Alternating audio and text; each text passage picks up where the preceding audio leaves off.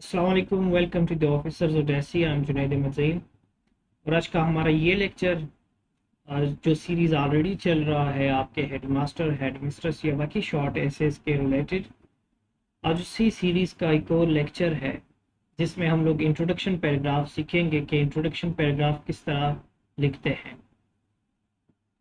Introduction paragraph किस तरह लिखते हैं, इसका तरीका क्या है, इसमें कौन सी चीज़ें करनी होती है और कौन सी चीज़ें अवॉइड करनी होती है। आज ये सारी चीज़ें हम डिटेल से स्टडी करेंगे। इसके लिए मैं अपनी बुक का चैप्टर इंट्रोडक्शन पैराग्राफ पे जो चैप्टर लिखा है वही चैप्टर ओपन करके आपको बताऊंगा कि इसमें कौन कौन सी चीज़ें हैं।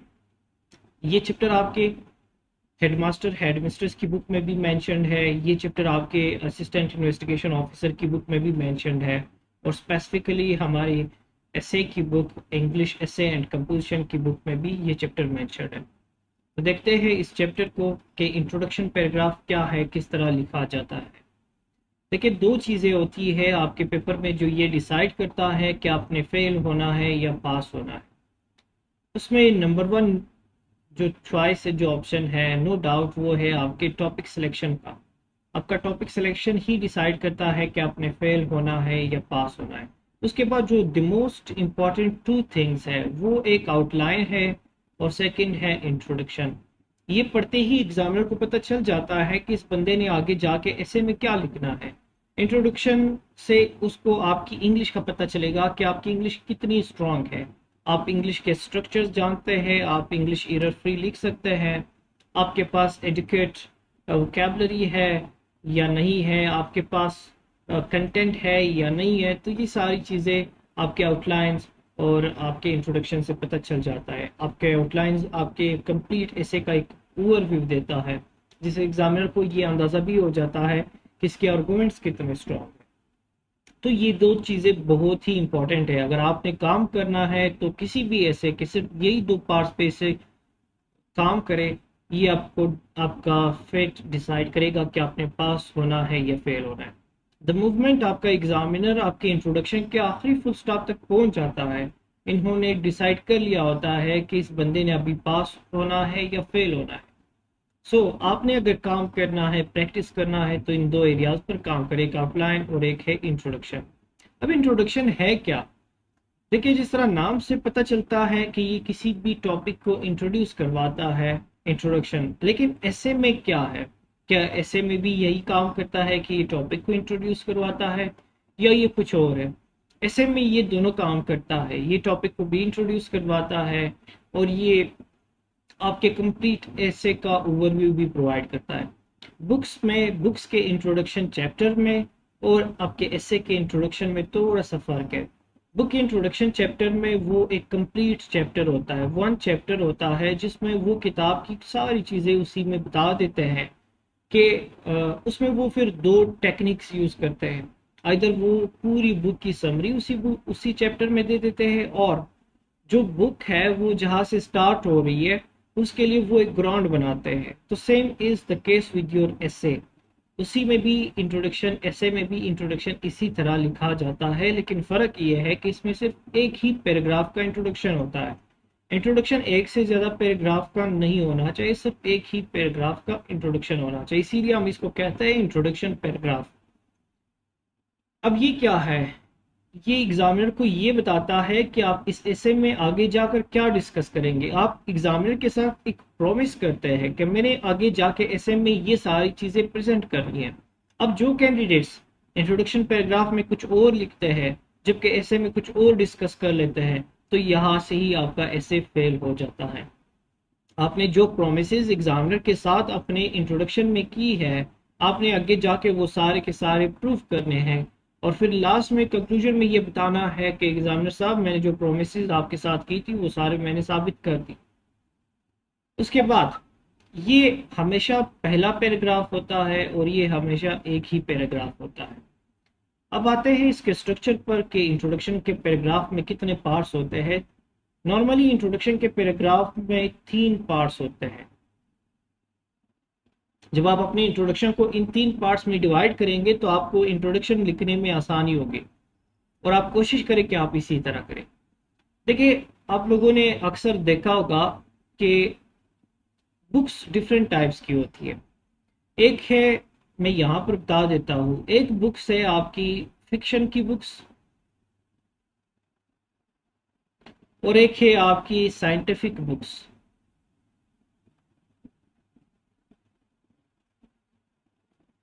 अब इन दोनों में थोड़ा सा डिफरेंस है। आप सारे लोग जिन्होंने हेडमास्टर, हेड मिस्ट्रेस या असिस्टेंट इन्वेस्टिगेशन ऑफिसर्स के लिए क्वालिफाई किया है, सॉरी अप्लाई किया है, आप सभी ने या तो साइंस बैकग्राउंड से हैं, या तो आप ह्यूमैनिटीज या आर्ट्स के बैकग्राउंड से हैं। अब जो साइंस वाले हैं, इनको मैं ये बताता हूँ कि फॉर एग्जांपल आप कोई लॉ पढ़ते हैं या कोई भी टॉपिक पढ़ते हैं, आपकी बुक्स का जो तरीकाकार होता है वो पहले इसको डिफाइन करता है और फिर इसके बाद इसको एक्सप्लेन करते हैं। डेफिनेशन के फेज में वो कभी भी आपको डिटेल से चीजें नहीं बताते, ना ही वो क्लेरिफाई करते हैं कि क्या है, ये ऊपर ऊपर से एक ओवरव्यू बता देते हैं। और ये होता है स्पेसिफिक टेक्निक, यानी कि वो स्पेसिफिक से स्टार्ट करते हैं, वो जनरल नहीं बताते। लेकिन जो फिक्शन या आर्ट्स वाले होते हैं, वो पहले जनरल बातें करते करते करते, जनरल बातें करते करते आखिर में जाके वो स्पेसिफिक पर आते हैं। ये दो different styles of writing use होता है आपकी बुक्स में। जो आपका एसे है, एसे में कौन सा स्ट्रक्चर फॉलो होगा? जो आपका इंट्रोडक्शन है वो जनरल टू स्पेसिफिक फॉलो होगा। जनरल टू स्पेसिफिक, एक होता है स्पेसिफिक टू जनरल। जिस तरह आपकी साइंस की बुक में है वो स्पेसिफिक टू जनरल है, यानी कि वो पहले स्पेसिफिक चीज बताते हैं उसके बाद वो जनरल पे जाते हैं। लेकिन आपके जो फिक्शन है, आपके इंग्लिश के लिटरेचर के टॉपिक्स होते हैं, आपका स्पेशली स्पेसिफिकली अगर हम ऐसे की बात करें तो उसमें जनरल से स्पेसिफिक की तरफ हम जाते हैं। और यही टेक्निक यूज होता है आपके एसे के इंट्रोडक्शन में। जहां से आप एसे स्टार्ट करेंगे, आपके एसे के तीन पार्ट्स हैं, तीन पार्ट्स है, सॉरी आपके इंट्रोडक्शन के तीन पार्ट्स। वो तीन पार्ट्स कौन से हैं? Number one, hook. हुक क्या है? Hook means general statements.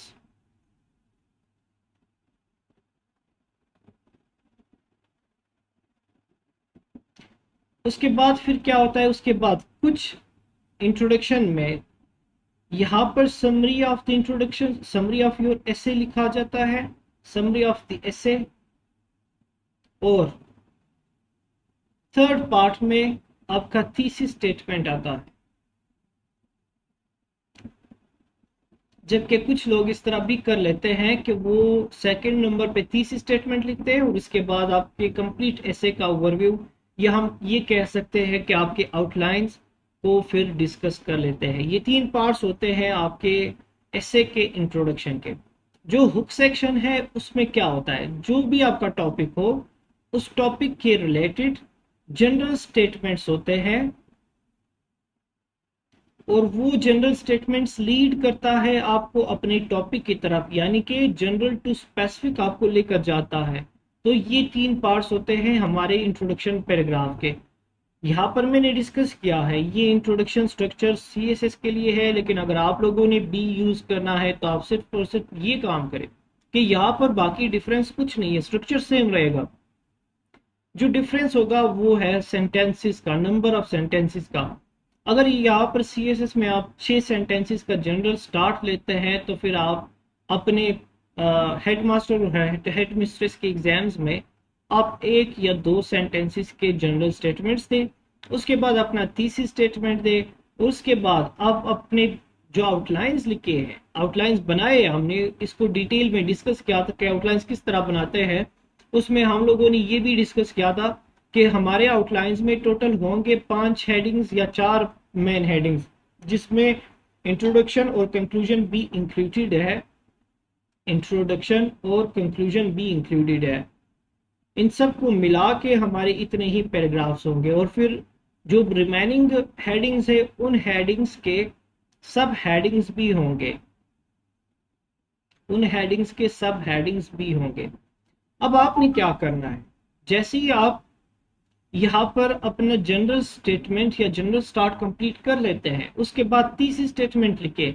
और अगर आपने तीसरी स्टेटमेंट नहीं लिखना, तीसरी स्टेटमेंट लास्ट में लिखना है, तो फिर आप ये करें, जो आपके ये आउटलाइंस है, 4-5 हेडिंग्स और इसके सब हेडिंग्स, इनको सेंटेंस फॉर्म में अपने इंट्रोडक्शन पैराग्राफ में लिखना है। जैसे ही आप ये लिखेंगे, उसके बाद आप अपना तीसरी स्टेटमेंट देंगे, तो आपका इंट्रोडक्टरी पैराग्राफ यहाँ तक कंप्लीट हो जाएगा। ये आपका एक पैराग्राफ है। कुछ स्टूडेंट्स पूछते थे कि हमारे पास आइडियाज कहाँ से आएंगे, हम ऐसे के लिए कौन कौन सी चीजें पढ़े रट ले। मैंने इनको क्लियरली बताया था कि ऐसे में आपके हेडमास्टर और हेडमिस्ट्रेस के ऐसे में ज्यादा चीजें पढ़ने की जरूरत नहीं, कि एक स्किल है, ये एक आर्ट है।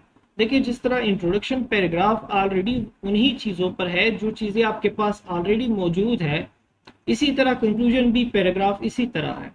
बच्चे, आपके पास 2 से 3 पैराग्राफ्स, सिर्फ आपने 2 से 3 पैराग्राफ्स के लिए ही कंटेंट ढूंढना है। अब 2 से 3 पैराग्राफ्स में सिर्फ 2-3 बातें ही होती है, इसमें मुश्किल कुछ भी नहीं है, चाहे टॉपिक जिस तरह का भी आ जाए। अब इन हर पार्ट्स को हम डिटेल में स्टडी करेंगे, एक एक करके हम स्टडी करेंगे। सबसे पहले आते हैं जनरल स्टार्ट या स्टेटमेंट या हुक या अटेंशन ग्रैबर। डिफरेंट मेंटर्स को डिफरेंट नाम देते हैं, मैंने वो सारे नाम आपके सामने रख दिए ताकि आपको कंफ्यूजन नहीं हो कि ये ऐसे का जनरल स्टार्ट है। जनरल टू स्पेसिफिक हम जाते हैं, जनरल स्टेटमेंट्स हम देते हैं इसमें। कुछ लोग इसको हुक बोलते हैं तो हुक भी सही है, कुछ लोग इसको अटेंशन ग्रैबर कहते हैं तो इसको अटेंशन ग्रैबर भी कह सकते हैं। ये हमेशा आपके एसे के स्टार्ट में ही आता है। 1 से 3 सेंटेंसेस लिख सकते हैं, इवन तो 6 तक भी जा सकते हैं, वो आपके एसे के लेंथ पर डिपेंड करता है। अब ये इसका पर्पस क्या है, हम क्यों अटेंशन ग्रैबर लिखते हैं, पढ़ते हैं, इसका अगर हम पर्पस जानेंगे तभी हम इसको अच्छी तरह डिजाइन कर सकते हैं, क्राफ्ट कर सकते हैं।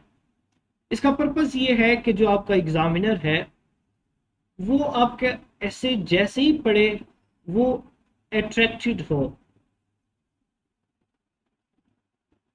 यानी कि उसको आपका ऐसे पसंद आ जाए। हमने क्या करना है, हमारा पर्पस ये नहीं है कि मैं ऐसे अच्छी तरह लिखूं। आपका जब भी आप ऐसे लिखेंगे, आपका पर्पस ये होना चाहिए कि आपका एग्जामिनर मैक्सिमम आपका पेपर पढ़े, उसको इन्वोक करे, इंसाइट करे कि वो आपके पेपर पढ़ने पर मजबूर हो जाए। और वो किस तरह पॉसिबल है, जब आप स्टार्ट ही इतना अट्रैक्टिव स्टार्ट लिखेंगे कि वो आपका पेपर आगे भी पढ़े, तभी आपके चांसेस बढ़ जाते हैं। जितना आपका एग्जामिनर ज्यादा आपका पेपर पढ़ेगा, उतने ही चांसेस है कि आप इसको क्वालिफाई करेंगे। सो आपने करना क्या है, अपने एग्जामिनर को फैसिलिटेट करना है, आपने अपने इंट्रोडक्शन को बहुत ही अट्रैक्टिव लिखना है। उसके लिए आपने क्या करना है, अपने सबसे पहले अच्छा अटेंशन ग्रैबर, अच्छा हुक और जनरल स्टेटमेंट्स आपने लिखने हैं। अब वो किस तरह है, स्टूडेंट्स के माइंड में अब ये क्वेश्चन होगा कि जनरल स्टार्ट हम ले तो किस तरह ले, क्या करें। उसकी डिफरेंट टेक्निक्स है। मेंटोर्स आपको स्पेसिफिकली बॉन्ड करते हैं कि आप ये करें या ये करें, लेकिन मैं आपको बता दूं कि ऐसे राइटिंग का यूनिकनेस यही है कि आप बॉन्ड नहीं हो, आप अपनी तरीके से करें। बेशक जो भी तरीका आपको सूट करता है आप वही करें जो आपके लिए बेस्ट है, लेकिन ये पॉसिबल नहीं है कि मैं आपको कहूँ कि आप सिर्फ और सिर्फ ये टेक्निक है, आप इसी को ही फॉलो करें and you are good to go with that technique.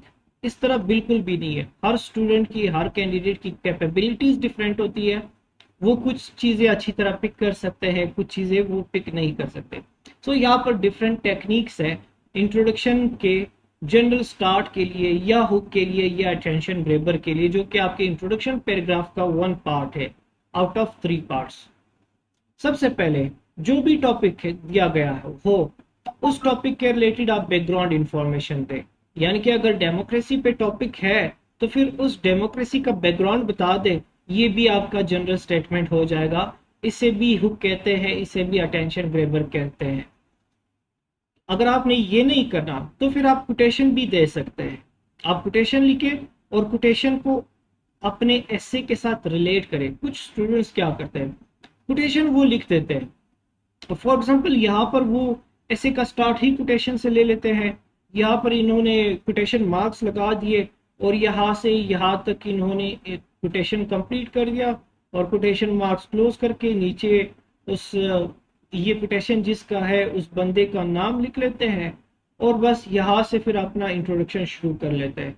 ना इंट्रोडक्शन का इसके साथ कोई ताल्लुक होता है, ना इसका आपके कोटेशन के साथ कोई ताल्लुक होता है, तो कभी भी आप ये तरीका ना करें।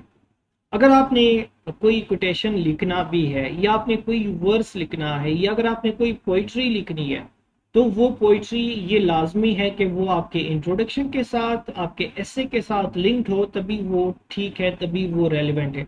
अदरवाइज ये इररेलेवेंट कंसिडर किया जाएगा।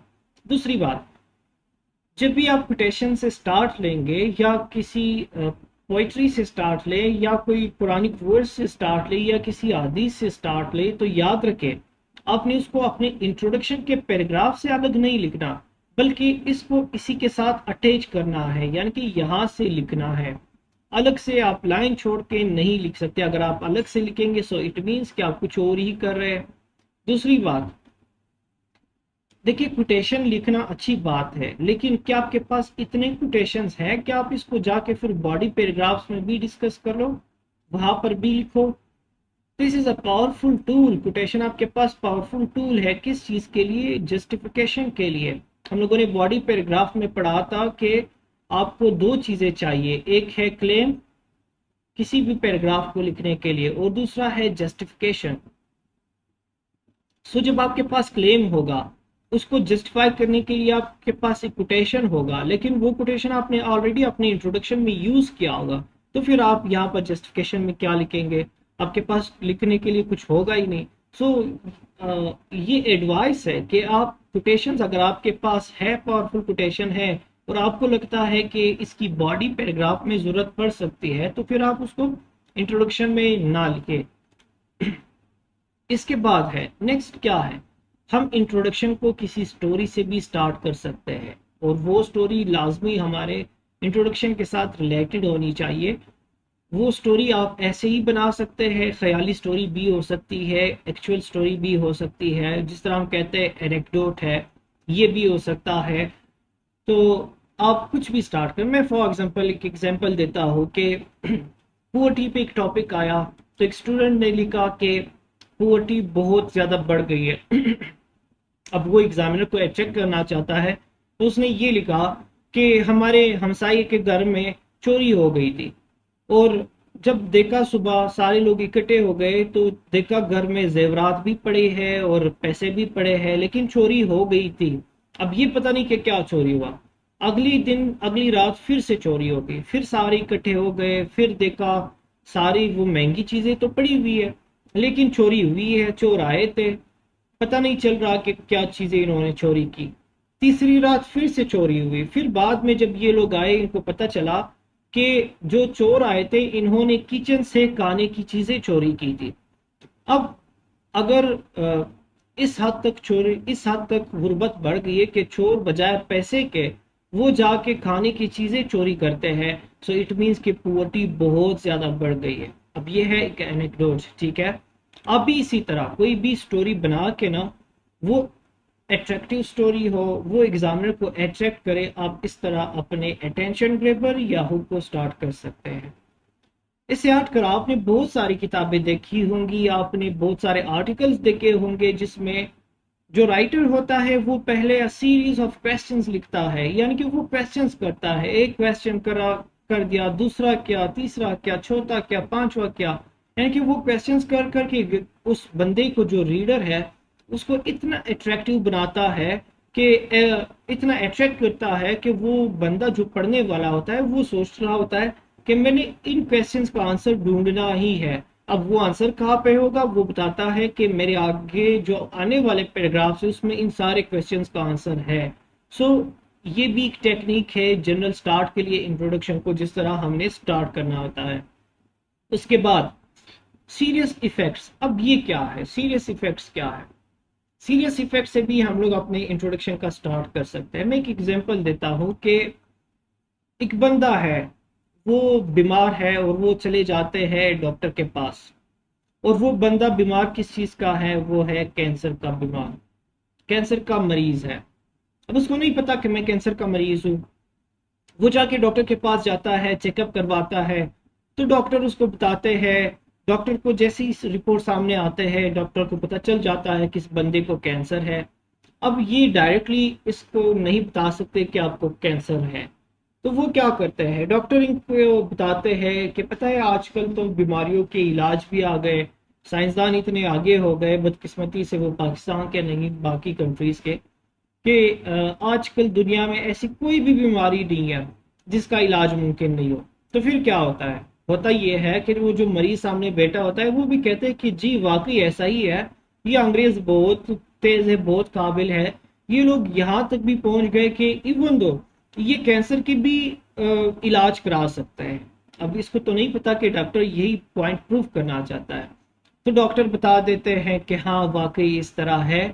और बदकिस्मती से आपको ये बताना पड़ रहा है कि आपको भी कैंसर है। अब वो शॉक हो जाता है, यानी कि वो डॉक्टर ने क्या किया, डॉक्टर ने पहले कैंसर की ये बताया कि कैंसर ये है वो है वो है, बहुत ही इसको इन्वॉल्व किया, इसके इतने खतरनाक इफेक्ट्स बताए कि वो बंदा इसमें अट्रैक्टेड हुआ, और फिर बाद में ये भी साथ में बता दिया कि साइंटिस्ट बहुत आगे तक चले गए हैं, अब कैंसर का इलाज भी मुमकिन है, जबकि ये बात उसने उस मरीज ने खुद भी की थी। तो आप अगर किसी को किसी चीज से बहुत ज्यादा डराते हैं तो भी वो इंटरेस्टेड होता है। अदर केस, अदर सिनारियो ये भी होता है कि आप किसी चीज की इतनी ज्यादा फायदे बता दे, इतने ज्यादा बेनिफिट्स बता दे कि वो उस चीज के तरफ अट्रैक्टिव हो। जिस तरह आजकल के लोग मार्केटिंग करते हैं, वो क्या करते हैं, अपने प्रोडक्ट को उठाते हैं, वो कहते हैं कि ये प्रोडक्ट है, ये बहुत ही अच्छी चीज है, आप इसको बाय करें, परचेज करें। अब वो किस तरह किसी को एग्री करा सकता है कि वो चीज परचेज करे, वो तभी बता कर सकता है जब वो उस पर्टिकुलर प्रोडक्ट के बेनिफिट्स बता दे। जितने वो बेनिफिट्स बताएंगे, जो लिसनर होगा उसको इतना ही पसंद आएगा, तो वही वो चीज परचेज करेगा। आपने भी यही करना है। अगर आप कोई चीज कर रहे हैं, लिख रहे हैं, तो फिर आप ये बता दें कि इस चीज के इतने बेशुमार फायदे हैं, ये है वो है, ये फायदा है, ये फायदा है, ये भी फायदा है। तो जो पढ़ने वाला होगा वो थोड़ा हैरान होगा कि वाकई इसमें फायदे हैं या नहीं है, जरा मैं आगे भी जाके पढ़ूं कि वाकई ये फायदे हैं तो किस तरह है। यानी कि आप बेनिफिट्स देकर भी आप जनरल स्टार्ट कर सकते हैं। इसके बाद आप स्टैटिस्टिक्स दे सकते हैं, फैक्ट्स दे सकते हैं। किस तरह, आपने देखा होगा आपके डॉन के न्यूज़पेपर में येलो पेजेस आते हैं। उन पेजेस में क्या होता है, वो अक्सर बिजनेस के रिलेटेड होते हैं, उसमें फैक्ट्स एंड फिगर्स बहुत ज्यादा होते हैं। आप इतने ज्यादा फैक्ट्स दे, इतने ज्यादा फैक्ट्स दे कि पहले फैक्ट्स लिखे लिखे लिखे और फिर लास्ट में अपनी जो बात है, काम की बात है, वो करे। फॉर एग्जाम्पल, मेन टॉपिक है पुअर्टी का। अब मैं बार बार पुअर्टी टॉपिक क्यों यूज कर रहा हूं, पहले मैं ये समझाऊं कि इसका रीजन ये है।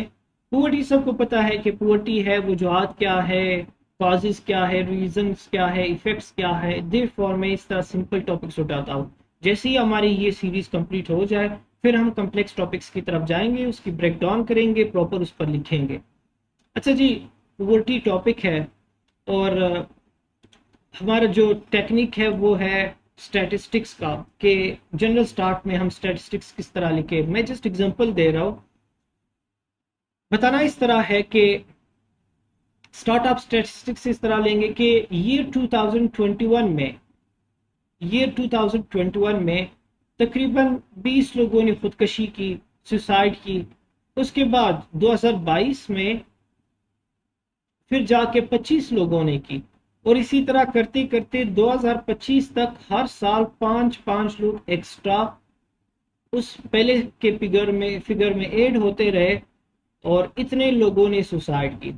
फिर जब देखा कि इन सब का जो एज था वो 25 से 30 साल के दरमियान में था, यानी कि सुसाइड का जो रेट था, जो रेशो था, जो जिन्होंने सुसाइड की थी, वो सारे 25 से 30 साल के दरमियान ही थे। फर्दर रिसर्च करने के बाद ये पता चला कि ये जो सुसाइड करने वाले थे, ये सारे के सारे बेरोजगार थे, सारे के सारे अनएम्प्लॉयड थे। फिर क्या हुआ, फिर ये हुआ कि जितने भी लोगों ने खुदकशी की वो सारे अनएम्प्लॉयड थे। मजीद रिसर्च करने के बाद पता चला कि ये जो अनएम्प्लॉयड पर्सन थे, इन सब का जो फैमिली बैकग्राउंड था वो बहुत ही वीक था, यानी कि वो फाइनेंशियली स्ट्रगल कर रहे थे। उनके पास फाइनेंस बजट इतना नहीं था कि वो अपनी जिंदगी को सही और अच्छी तरह इज्जत से गुजार सके। तो इनको आसान ये लगा कि हम लोग खुदकशी कर लेते हैं। तो इससे ये साबित होता है कि पुअर्टी किस हद तक बड़ी है। अब देखिए, ये स्टैटिस्टिक्स बता दिए मैंने, ठीक है, मैंने फैक्ट्स बता दिए। अब ये सारे फैक्ट्स देख के कोई भी अट्रैक्टिव बनेगा मेरे सॉरी अटेंटिव बनेगा मेरे ऐसे पढ़ने के लिए कि इस बंदे ने आगे जाके क्या लिखा है, तो मैं जाके ज़रा ये पढ़ लेता हूँ। आपने भी यही ट्रिक यूज़ करना है या आप यूज़ कर सकते हैं अपने ऐसे को लिखने के लिए। इसके बाद डेफिनेशंस। देखिए, आप लोगों ने देखा होगा बहुत सारे राइटर्स इस तरह करते हैं कि आप डेफिनेशंस लिखे। फॉर एग्जांपल, पोवर्टी पे ही टॉपिक आया है, अब आपने जो नीचे जाके हेडिंग्स बनाए हैं वो आपने कॉजेस पर बनाए हैं, वो आपने इफेक्ट्स पर बनाए हैं, वो आपने जाकर सॉल्यूशंस पर बनाए हैं। लेकिन अब आप जनरल स्टार्ट का सोच रहे हैं कि मैं पोवर्टी पर क्या दूं, ना मेरे पास स्टेटिस्टिक्स है, ना कोटेशन है, ना कुछ और है। तो फिर आप सिंपली ये करें कि आप डेफिनेशन करें पोवर्टी की, डिफाइन करें इसको कि पोवर्टी है क्या भला। अच्छा जी, अगर आपके पास किसी अच्छे बंदे की डेफिनेशन है, किसी फिलोसफर की है, तो उस बंदे की डेफिनेशन दे, फिलोसफर की डेफिनेशन दे। और अगर किसी बुक का रेफरेंस है तो वो बुक का रेफरेंस दे। ये सारी चीजें देकर आप अपना जनरल स्टार्ट ले सकते हैं।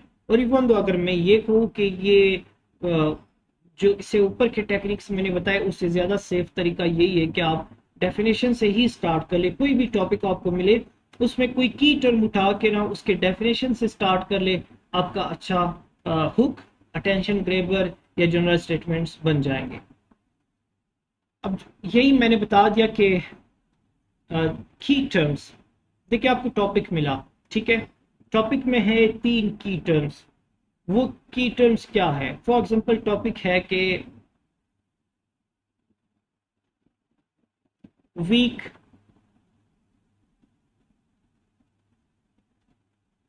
इंस्टीट्यूशंस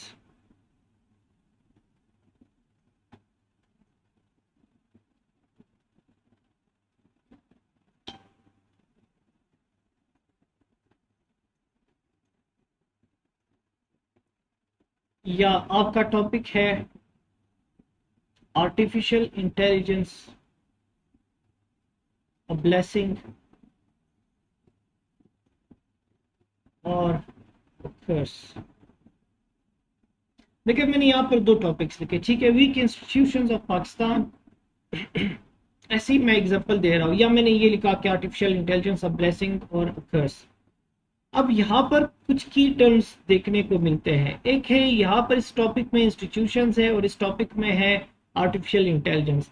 तो मैं ये भी कर सकता हूँ कि इन की टर्म्स पे जनरल स्टेटमेंट्स लिखूँ और फिर उसमें लास्ट में एक ऐसा सेंटेंस डालूँ जो उस उन स्टेटमेंट्स को मेरे एसे के साथ या मेरे remaining part of the introduction के साथ लिंक बना ले। तो ये भी सही तरीका होता है आपके इंट्रोडक्शन का स्टार्ट लेने का।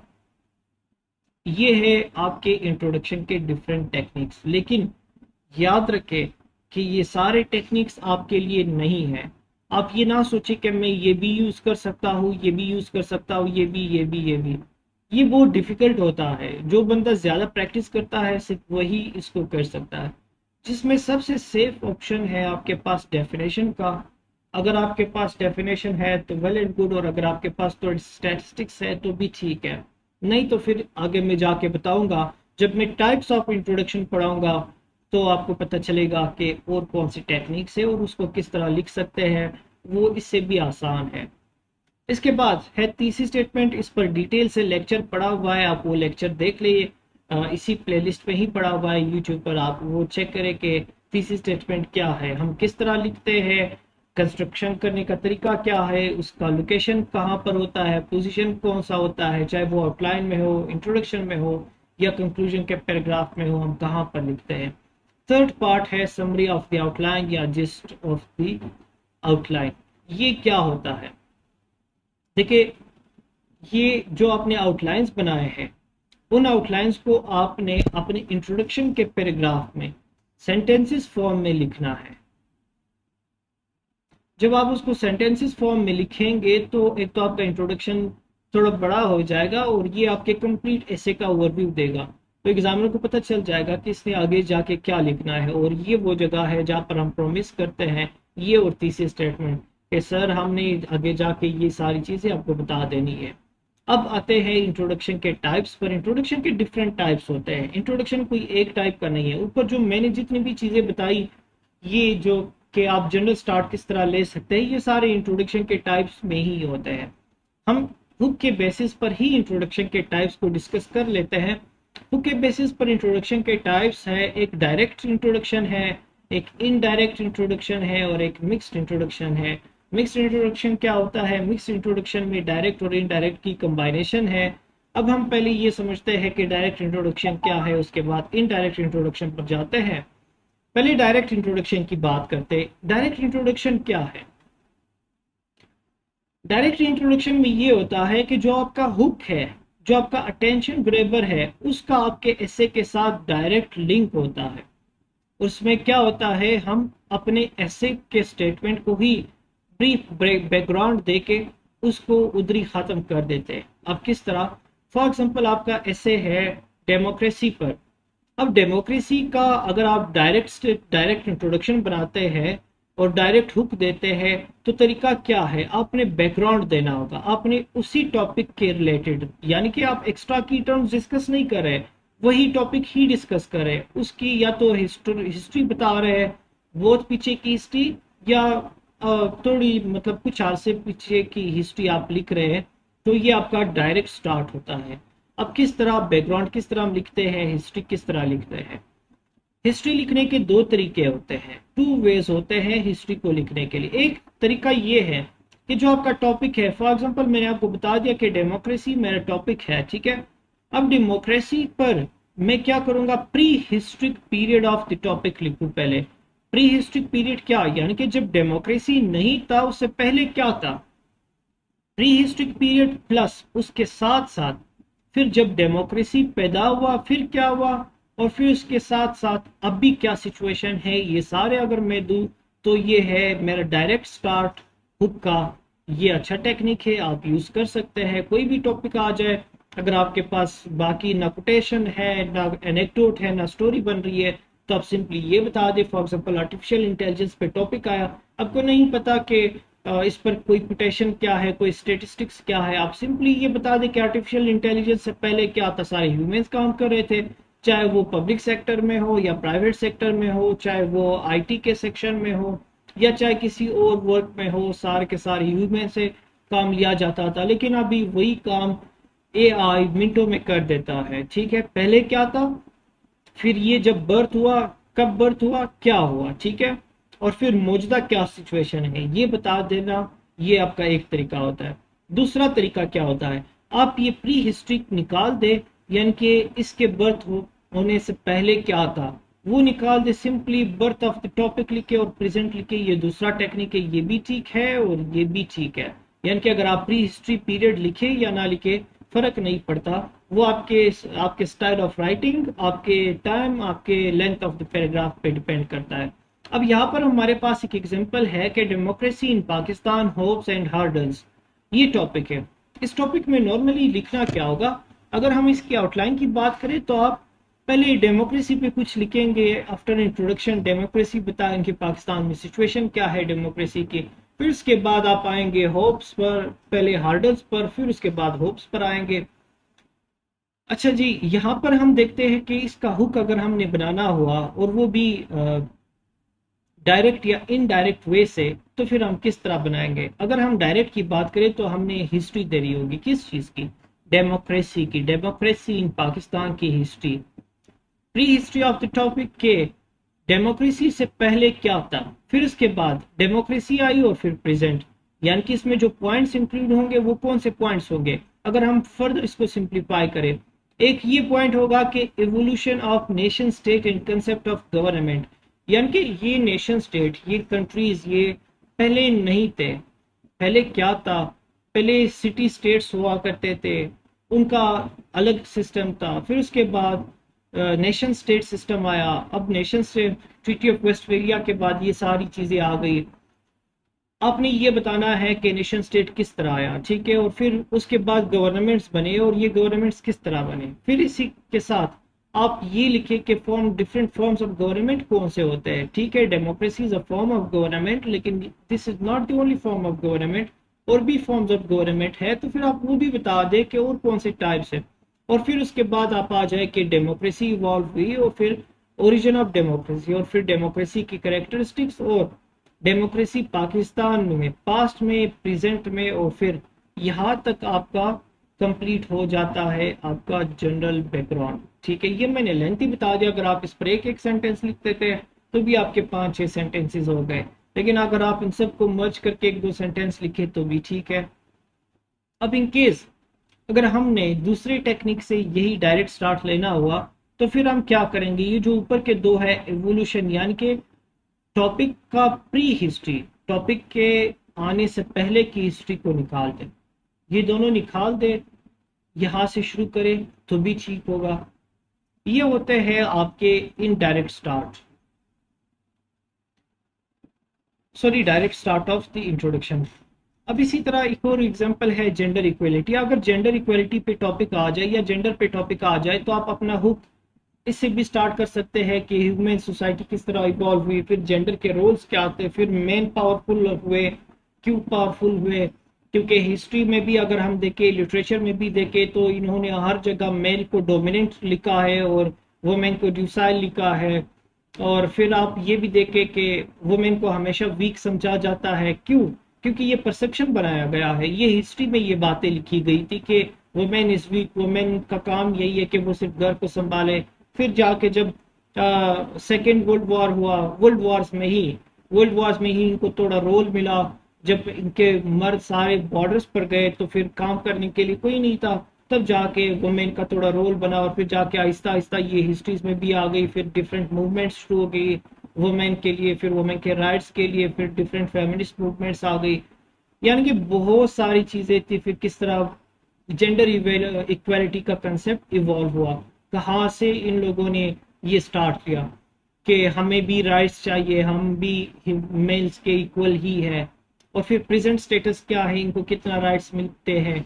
ये सारी हिस्ट्री है। आप इस तरह किसी भी टॉपिक की हिस्ट्री बता सकते हैं। ये एक टेक्निक हुआ। मैरिट्स का टेक्निक मैंने बता दिया कि किसी चीज के बहुत ज्यादा फायदे हो ये भी कर सकते हो। अच्छा, अगर आपसे ये कुछ नहीं होता, एक और टेक्निक है। वो कौन सा टेक्निक है वो जरा बता देता हूँ। जब आप अपने ऐसे को डीकंस्ट्रक्ट करते हैं, वहां पर आप ब्रेनस्टॉर्मिंग करते हैं। ब्रेनस्टॉर्मिंग के फेज में आप बहुत सारे पॉइंट्स निकाल लेते हैं अपने माइंड से और उसको पेपर पर लिख लेते हैं। अब ये पॉइंट जाया नहीं होते। फॉर एग्जांपल, आपने अपने टॉपिक के अकॉर्डिंग बेनिफिट्स निकाले, ठीक है। अब बेनिफिट्स आपने पेपर में लिखने हैं, फॉर एग्जांपल उस पर पैराग्राफ्स लिखने हैं, या टोटल आपने लिखने हैं 4, लेकिन आपने जो ब्रेनस्टॉर्मिंग के फेज में बेनिफिट्स निकाले हैं वो है 6, ठीक है। तो फिर आप क्या करें, ये जो 4 आप यूज कर लेंगे अपने पैराग्राफ्स में। रेक कितने जाते हैं? 2। इन 2 को आपने जाके अपने इंट्रोडक्शन में लिखना। इसी तरह बहुत सारे पॉइंट्स आपके माइंड में आ जाते हैं, तो जो पॉइंट्स आपको ये लगता है कि ठीक है ये पॉइंट्स है, लेकिन मैंने अपने ऐसे में नहीं डिस्कस करना, लेकिन still they seem beautiful, they seem attractive और गुड पॉइंट्स, तो फिर आप ये करें, उन पॉइंट्स को उठा के अपने इंट्रोडक्शन के हुक पार्ट में ये लिख सकते हैं। उसके बाद जनरल इंफॉर्मेशन पर भी हमने बात की। फॉर एग्जांपल, आपका टॉपिक है crisis of good governance in Pakistan, need for reforms and institution building, ये एक टॉपिक आया हुआ है। अब इस टॉपिक में डिफरेंट टर्म्स है। क्राइसिस है, ठीक है, गुड गवर्नेंस है, रिफॉर्म्स है, इंस्टीट्यूशंस पर आप लिख सकते हैं, इंस्टीट्यूशन बिल्डिंग पर आप लिख सकते हैं, पाकिस्तान पर आप लिख सकते हैं, पाकिस्तान के प्राइम मिनिस्टर पर लिख सकते हैं। तो आप कुछ भी लिख सकते हैं, यानी कि किसी भी की टर्म पर थोड़े लाइंस लिखे, ये भी आपका हुक होता है। अब आते हैं हम इनडायरेक्ट स्टार्ट या ड्रामेटिक इंट्रोडक्शन, जिस तरह हमने ऊपर पॉइंट्स पढ़े थे कि कोटेशन लिखे, क्वेश्चंस बनाए या स्टोरी बनाए या कोई कंटेम्प्रेरी इवेंट लिखे, ये सारे के सारे ड्रामेटिक स्टार्ट है। इसमें और भी डिफरेंट टेक्निक्स है, जिस तरह रेफरेंसेस है डिफरेंट बुक्स के, स्कूल ऑफ थॉट्स है different different school of thoughts की डिफरेंट आइडियाज होती है। वो आइडियाज हर टॉपिक के रिलेटेड अलग अलग होती है। अगर आपके पास है तो आप स्टार्ट इससे भी ले सकते हैं। आप अपने डेली लाइफ के ऑब्जर्वेशन से भी स्टार्ट ले सकते हैं। और आप इवन तो ये भी कर सकते हैं कि दो बंदों की बातें उठाए कि फॉर एग्जांपल एक बंदा है अली और दूसरा बंदा है अहमद। अब ये दोनों फ्रेंड्स हैं। Ali and Ahmed are two friends, ठीक है, एक ही मोहल्ले के हैं। Both of them are struggling for a government job, दोनों गवर्नमेंट जॉब के लिए कोशिश कर रहे हैं। अब दोनों एक दूसरे को बताते हैं, सुबह वन फाइन मॉर्निंग ये मिलते हैं, एक दूसरे को बताते हैं कि यार घर की हालात बहुत मुश्किल है, पैसे नहीं है, काम करने के लिए कोई अपॉर्चुनिटी नहीं है, तो मैं क्या करूँ, मुझे जॉब चाहिए। तो अहमद बताता है कि जी भाई अली, हमारे घर में भी यही सारा इशू है यार, पुअर्टी बहुत बढ़ गई है, हम परेशान हैं इस महंगाई के दौर में, इस गुर्बत के साथ कैसे लड़े। इन दोनों दोस्तों की इन डायलॉग से ये पता चलता है कि पुअर्टी बहुत ज़्यादा इंक्रीज हुई है। ये भी एक टेक्निक है, आप इस तरह भी स्टार्ट कर सकते हैं। या आप ये भी कर सकते हैं कि इस डायरेक्ट टेक्निक को, इनडायरेक्ट टेक्निक को, डायरेक्ट डायरेक्ट को, इनडायरेक्ट इनडायरेक्ट और इनडायरेक्ट इनडायरेक्ट को मिला के आप अपना हुक बना सकते हैं। इतना एक्सप्लेन करने के बाद मुझे नहीं लगता कि आपको इंट्रोडक्शन में हुक बनाने में कोई मसला होगा। आप हुक भी बना सकते हैं। आप इंट्रोडक्शन पैराग्राफ में हम देखते हैं कि हमने 3 पार्ट्स को किस तरह डिवाइड करना है। यहाँ पर एक टॉपिक है, ठीक है, वो सोशल मीडिया पर है। 3 डिफरेंट पार्ट्स है। अब 3 डिफरेंट पार्ट्स किस तरह लिखे गए, ये एक एग्जांपल के लिए, बेशक ये इंट्रोडक्शन लेंथी है, आप शॉर्ट लिखे, ये CSS ऐसे के लिए है, लेकिन आप शॉर्ट लिखे। देखिए यहाँ से यहाँ तक आप इसका स्क्रीनशॉट लेके फिर खुद पढ़े, मैं नहीं पढ़ूंगा। यहाँ से लेकर यहाँ तक ये जनरल स्टार्ट है, यहाँ पर मेंशन भी है।